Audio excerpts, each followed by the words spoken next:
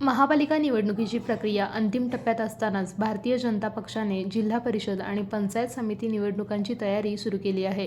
भाजपकडून निवडणूक लढवण्यास इच्छुक उमेदवारांच्या मुलाखती आजपासून सुरू झाल्या असून संपूर्ण जिल्ह्यातून 650 पेक्षा अधिक इच्छुकांनी उमेदवारी मागितली असल्याची माहिती खासदार धनंजय महाडिक यांनी दिली आहे. सर्वोच्च न्यायालयाच्या आदेशानुसार राज्यातील सर्व स्थानिक स्वराज्य संस्थांच्या निवडणुका 31 जानेवारी 2026 पर्यंत पूर्ण कराव्या लागणार असल्याने पुढील 2 दिवसात जिल्हा परिषद आणि पंचायत समिती निवडणुकांची घोषणा होण्याची शक्यता आहे.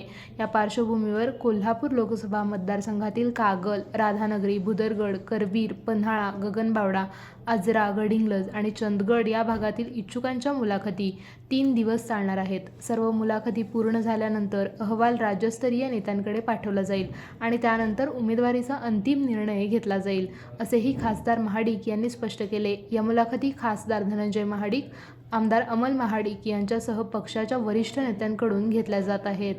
बाळ, फ्रीजमधून श्रीखंड काढ ना. आम्ही पूर्वी घरीच बनवायचो श्रीखंड. त्याची चवच वेगळी होती. आता काय सगळं रेडीमेड. आजी, हे श्रीखंड खाऊन बघ. आज तुझ्या आईनं घरीच बनवलं की काय?